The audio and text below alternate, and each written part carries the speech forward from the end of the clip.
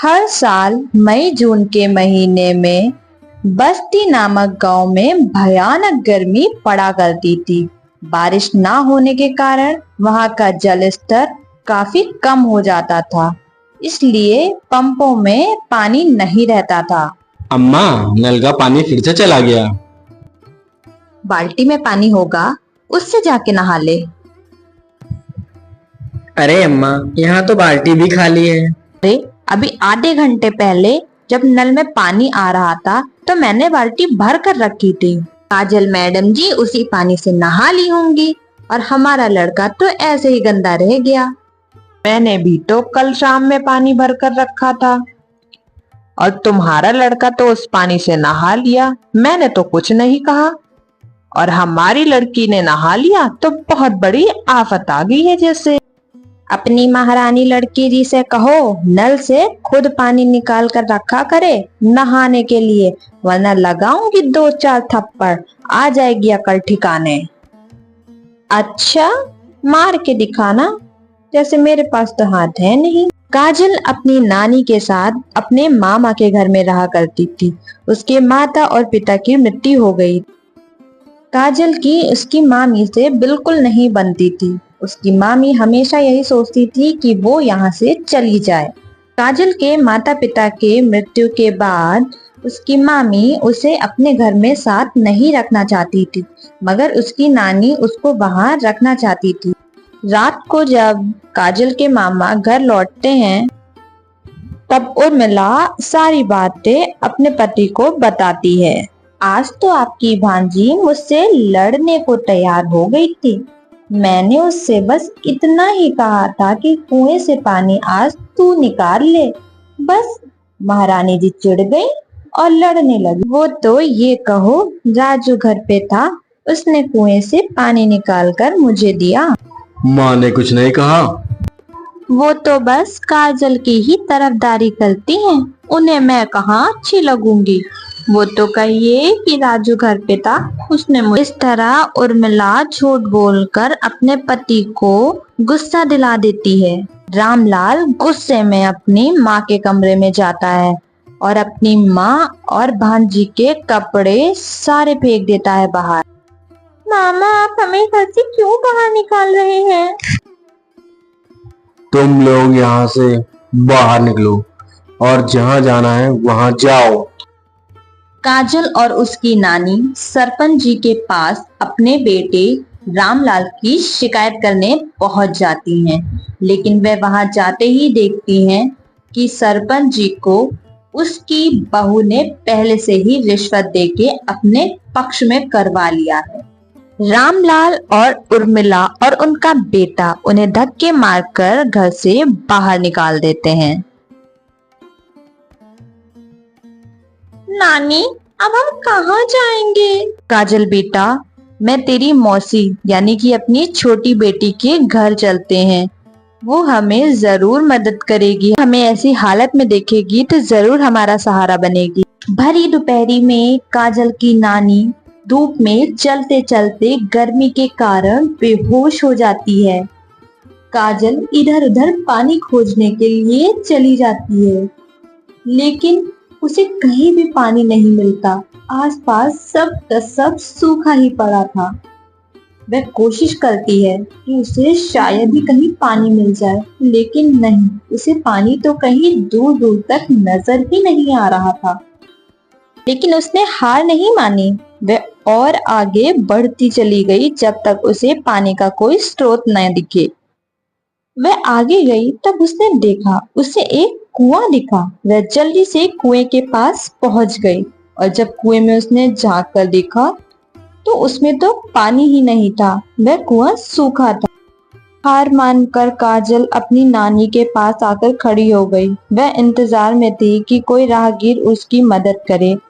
तभी एक लड़का वहां से गुजर रहा था।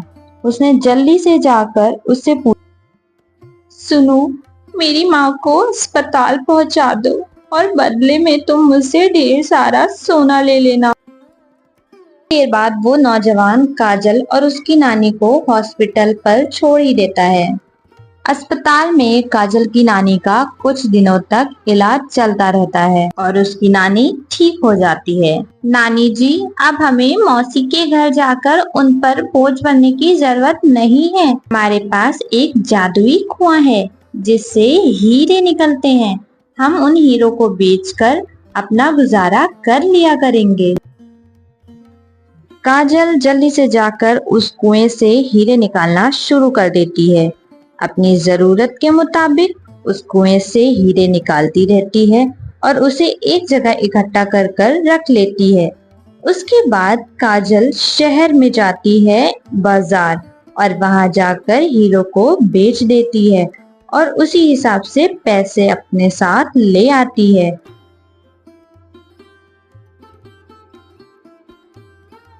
काजल हीरो को बेचकर और घर के जरूरत का सारा सामान लेकर अपने घर पर आ जाती है। वह उस झोपड़ी में सारा सामान अच्छे से लगा देती है।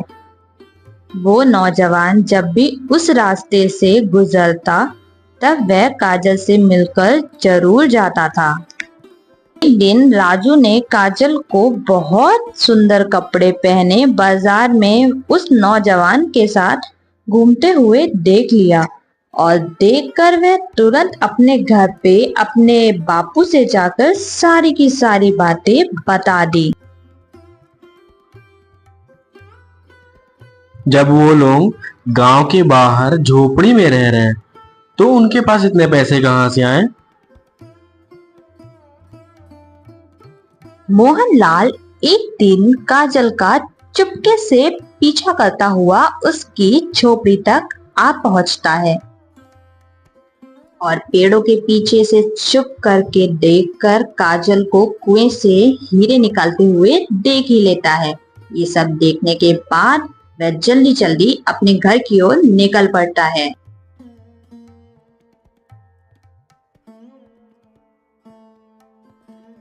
अरे, ये बैलगाड़ी से आप कहाँ जा रहे हैं? जरा मुझे तो बता दीजिए। इतनी रात में आखिर आपको जाना कहाँ है? काजल की झोपड़ी के पास एक कुआं है जिसमें से हीरे निकलते हैं। आज रात हम बैलगाड़ी तैयार करके वहां जाएंगे और वहां से उस कुएं का सारा हीरा ले आएंगे।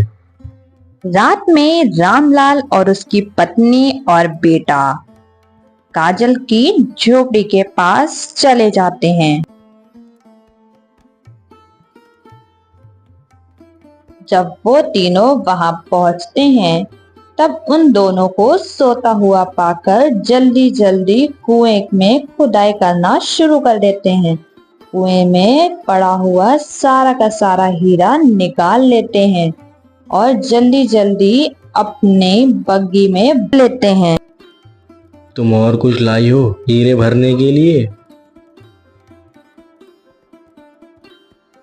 अरे अब बस करिए, इतने हीरों का क्या करेंगे आप? इतने बहुत हैं। वैसे भी इतने भरने में तो आफत आ गई है।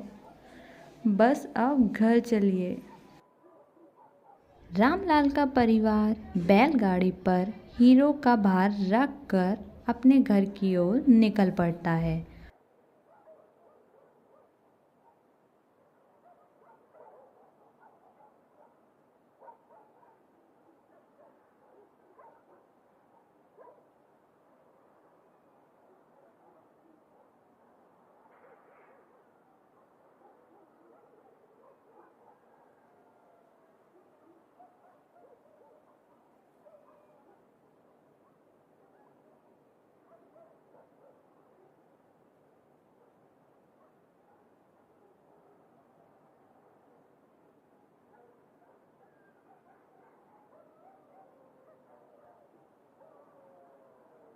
रात में डाकुओं की टोली उसी रास्ते से गुजर रही होती है। उन डाकुओं की नज़र मोहनलाल के परिवार के ऊपर पड़ती है और वह उनके परिवार को मारकर उनका चुराया हुआ सोना वो चुरा कर ले जाते हैं।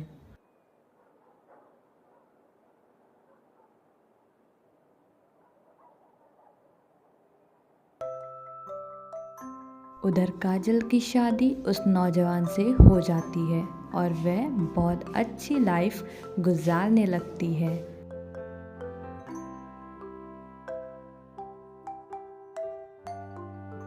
किसी ने सच ही कहा है, बुरे कर्मों का फल बुरा ही होता है।